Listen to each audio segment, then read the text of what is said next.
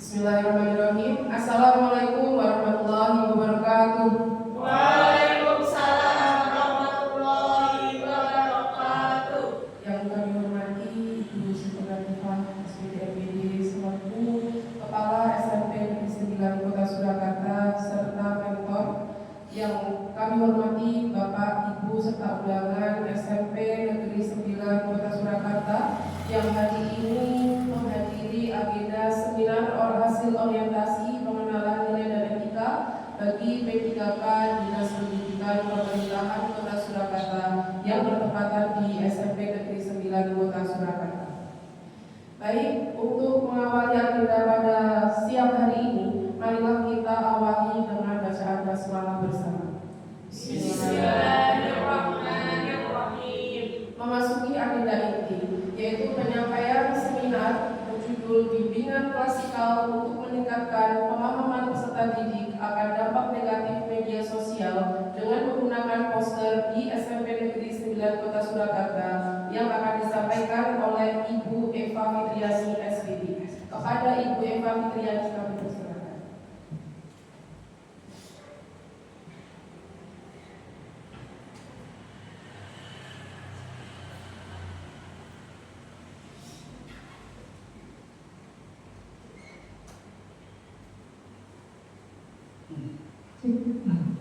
Assalamualaikum warahmatullahi wabarakatuh. Waalaikumsalam warahmatullahi wabarakatuh.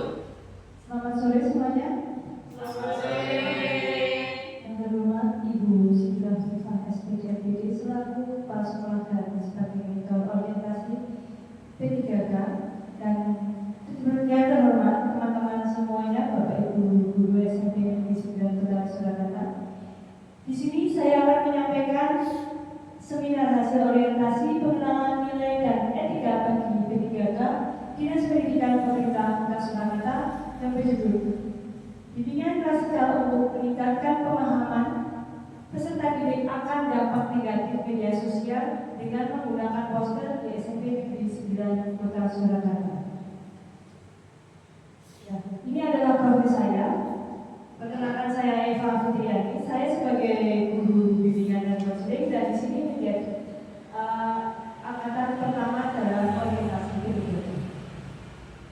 Di sini saya akan menyampaikan yang pertama adalah pendahuluan, yang kedua maksud dan tujuan, yang ketiga adalah waktu dan tempat, yang keempat adalah nilai dan etika pemerintah Kota Surakarta, yang kelima yaitu nilai dan etika organisasi dinas pendidikan, yang keenam nilai dan etika organisasi SMP Negeri 9 Kota Surakarta, yang ketujuh yaitu rencana dan hasil kerja P3K, dan yang kedelapan adalah kesimpulan.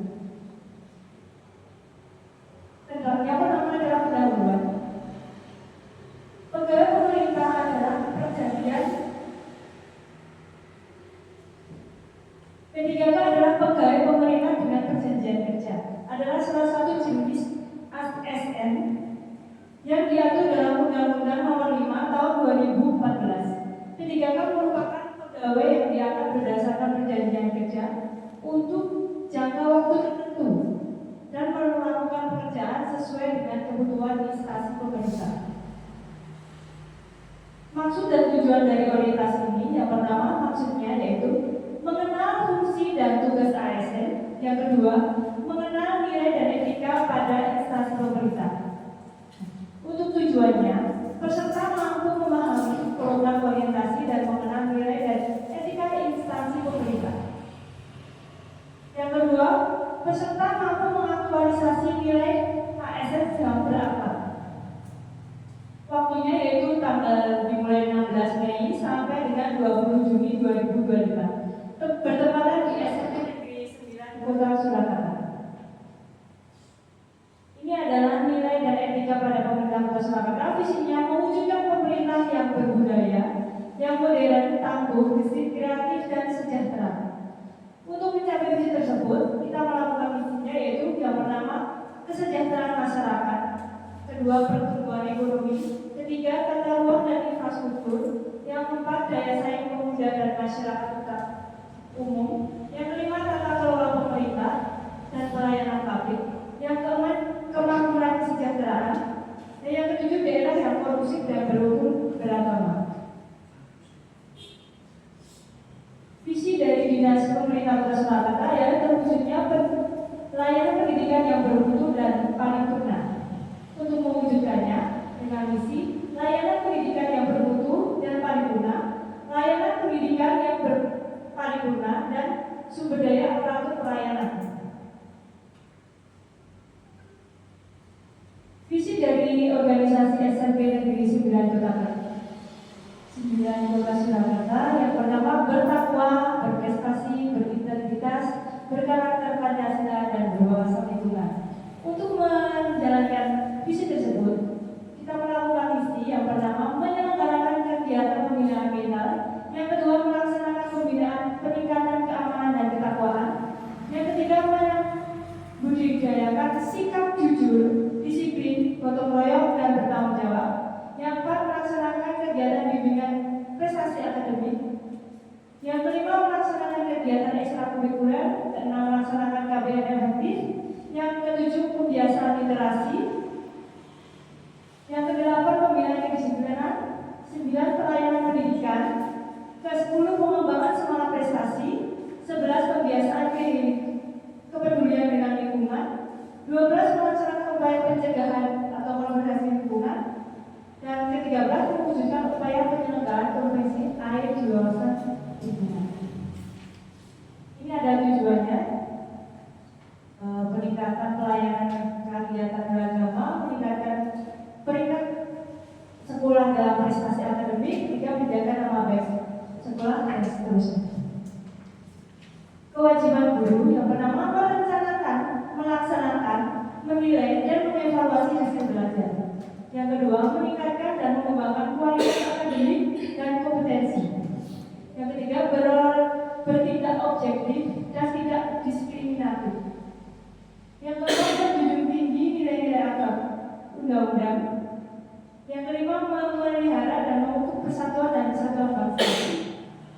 Pemenang guru memilih dan menentukan materi, strategi, metode, media pembelajaran, dan nilai penilaian dan alat penilaian. Tanggung jawab guru yaitu menyelesaikan tugas dan kewajiban pendidik. Nah, berikut adalah rencana dan hasil kerja pendidikan. Yang pertama itu identifikasi isu. Yang kedua, isu yang diangkat dan identifikasi kasus. Untuk identifikasi isu ada dua. Yang pertama itu kurangnya pemahaman peserta didik akan dampak negatif bermedia sosial dalam perilaku alam konteks budaya. Yang kedua, peserta didik kurang mampu menyesuaikan diri terhadap norma yang berlaku dalam bermedia sosial. Isu yang saya angkat yaitu kurangnya pemahaman peserta didik akan dampak negatif media sosial dalam konteks perilaku alam konteks budaya. Terus identifikasi isu, bimbingan klasikal untuk meningkatkan pemahaman peserta didik akan dampak negatif media sosial dengan menggunakan poster di SMP Negeri 9 Kota Surakarta. Nah, ini adalah rencana kerjanya. Yang pertama yaitu melakukan asesmen mengenai pemahaman peserta didik tentang dampak negatif. Nah, dalam media sosial itu ada dampak positif dan ada dampak negatif. Nah, kalau dampak positif mungkin dengan bermedia sosial anak-anak itu dapat banyak pengetahuan, dapat dari Google seperti dari YouTube. Nah, ternyata banyak juga dampak negatifnya. Nah, yang kedua itu memilih teknik dan media untuk melaksanakan bimbingan dengan menggunakan poster. Nah, di sini saya memilih untuk menggunakan poster. Nah, setelah itu untuk yang ketiga, membuat rencana kegiatan bimbingan klasikal untuk meningkatkan pemahaman peserta didik akan dampak negatif dengan menggunakan poster. Yang keempat, mempraktikkan bimbingan klasikal untuk meningkatkan pemahaman peserta didik akan dampak tersebut dengan media poster dengan cara, nah, anak-anak dilakukan bimbingan klasikal dulu di dalam kelas, lalu anak-anak dimintai untuk mengetahui apakah paham tentang bermedia sosial yang baik, bagaimana caranya bermedia sosial. Setelah itu anak-anak mencari Setelah itu, dengan mengetahui dampak tersebut, saya mendorong anak-anak untuk menaruhkan, membuat ide dengan membuat poster. Anak-anak membuat poster dengan tema bermedia sosial tersebut. Yang kelima, mengevaluasi kegiatan bimbingan tersebut. Apakah kegiatan tersebut nanti akan bisa berjalan dengan baik atau masih perlu revisi kembali. Kesimpulannya, peserta didik terutama kelas 7 saat ini masih banyak yang kurang paham tentang bijak bermedia sosial. Melihat dari adanya beberapa peserta didik terutama kelas 7 yang masih bingung dan belum tahu akan dampak negatif. Nah, banyak sekali kemarin itu yang membuat status. Nah, seperti statusnya itu mereka itu tidak tahu, oh ini itu akan berdampak negatif. Enggak, itu belum tahu. Sebenarnya kan itu kadang melanggar norma, tapi anak itu tidak tahu. Semakin ingin menyebarkan, temannya meng-share, temannya langsung menyebarkan kembali. Nah, dari situ sebagai bukti mendorong guru BK untuk memberikan layanan bimbingan klasikan. Bimbingan klasikan dengan poster ini saya pilih agar membantu peserta didik memberikan pemahaman tentang gambaran tentang dampak negatifnya. Nah, dengan begitu peserta didik dapat menyesuaikan diri terhadap norma yang berlaku dalam bermedia sosial.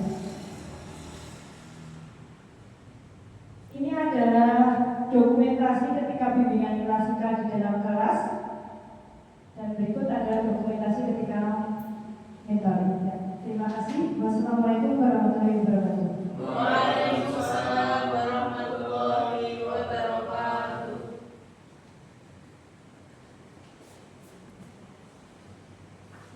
Baik, kami ucapkan terima kasih kepada Ibu Eva yang telah menyampaikan seminar hari ini.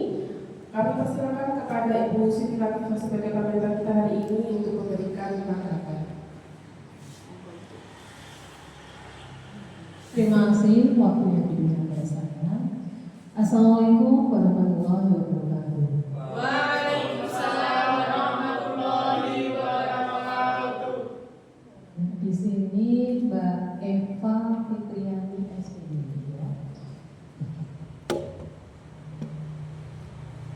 Gimana kabarnya Pak sore hari ini?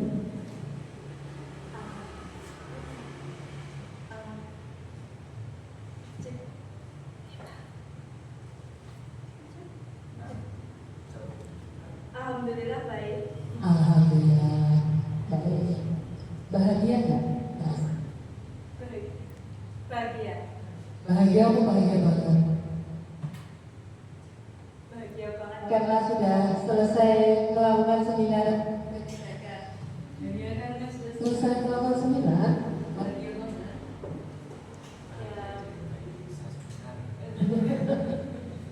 Ya. Yang belum penting itu dulu. Oh gitu. Ya udah kerja ya sampai sore ya. Ya. Di sini Mbak Eva Fitriani sudah melakukan laporan orientasi pengenalan nilai dan etika pada instansi pemerintah bagi P3K Dinas Pembimbingan Pemerintah Kota Surakarta dengan inovasi bimbingan klasikal untuk meningkatkan pemahaman peserta didik akan dampak negatif media sosial dengan menggunakan poster di SMP Negeri 9 Kota Surakarta. Berarti ini berlaku untuk kelas 7, 8, dan 9. Betul? Begitu? Karena kemarin saya mengajak Kelas 7 berarti kemarin baru diterapkan di kelas 7. Tapi ini bisa diterapkan di kelas 8 dan 9. Oke. Tadi sudah dipaparkan untuk rencana hasil kerja P3K ya, dari tahun pertama sampai dengan tahun akhir kelima. Nah, saya hanya ingin minta Mbak Eva untuk memberikan gambaran serta memantapkan kembali ya, dengan menggunakan poster. Di situ diharapkan peserta didik dapat paham bahwa ada dampak negatif dari penggunaan media sosial yang keliru ya. Di sini ada pelayanan kasika, ada pelayanan individu. Ya. Coba berikan gambaran secara singkat saja, ya, bagaimana panjenengan di sini membuat anak-anak itu paham lewat gambaran poster tersebut, sehingga anak-anak nanti akan bisa mengetahui, oh ternyata kalau saya nulisnya sembarangan, kalau saya marah itu ya jangan di-post di media sosial, kalau saya mau bermedia sosial harus yang baik. Nah, tolong berikan gambaran itu, hubungkan dengan panjenengan selaku ASN yang harus memiliki core value berakhlak, serta visi kita yang tentunya kita harapannya semua di dalam melaksanakan kegiatan ini harus dengan rasa bahagia. Itu saja, mungkin bisa diberikan gambaran salah singkat, dipersilakan. Ya, terima kasih Bu Iva. Nah, di dalam memberikan pelayanan ini, di dalam kelasnya agar anak itu paham tentang dampak dari dampak negatifnya itu, kita jelaskan dulu. Kita mencari tahu dulu, anak-anak itu tahu dampak positifnya apa dulu, ditanya bagaimana dampak negatifnya seperti apa. Setelah itu anak-anak disuruh mencari referensi, kira-kira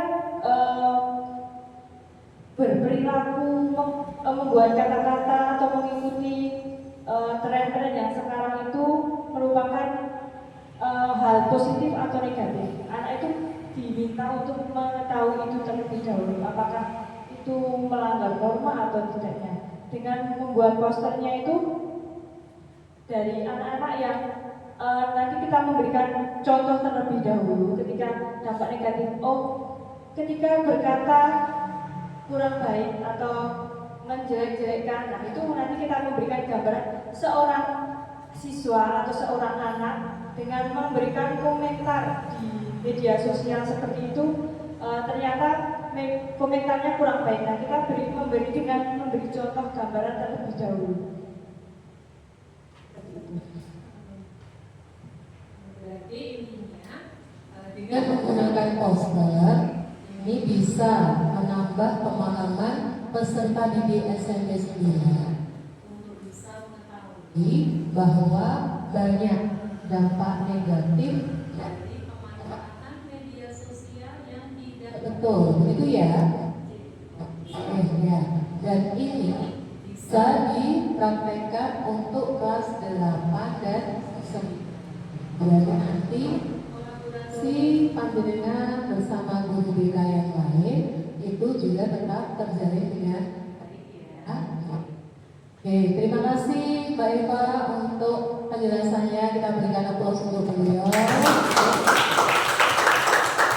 Semoga salah satu inovasi beliau ini nanti bisa memberikan dampak positif di SMP Negeri 9 Kota Surakarta, terkhusus anak-anak kita kelas 7, 8, dan 9 untuk hati-hati di dalam bermedia sosial.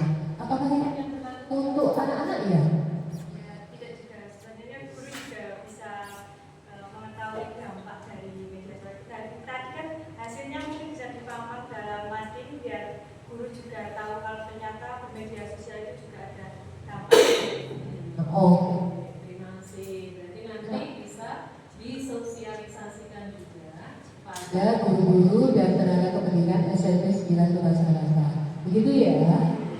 Nah, terima kasih Mbak Eva, sukses selalu. Oke, mudah-mudahan ini menjadi awal kesuksesan panjenengan. Perjalanan panjenengan masih panjang. Silakan untuk selalu berinovasi.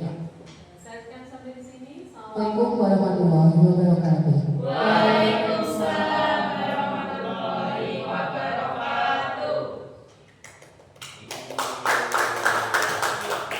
Baik, kami ucapkan terima kasih atas tanggapan yang telah Bu Iva sampaikan. Dan terima kasih pula kami ucapkan kepada Ibu Eva Fitriani SPD yang telah menyampaikan materi seminar pada hari ini dengan sangat luar biasa. Baik Bapak Ibu Guru yang berbahagia, sampailah kita ke penghujung acara seminar. Kami ucapkan terima kasih kepada Bapak Ibu Guru yang berkenan hadir pada agenda seminar pada siang hari ini. Saya sebagai moderator mengucapkan permohonan maaf apabila banyak tutur kata saya yang tidak berkenan.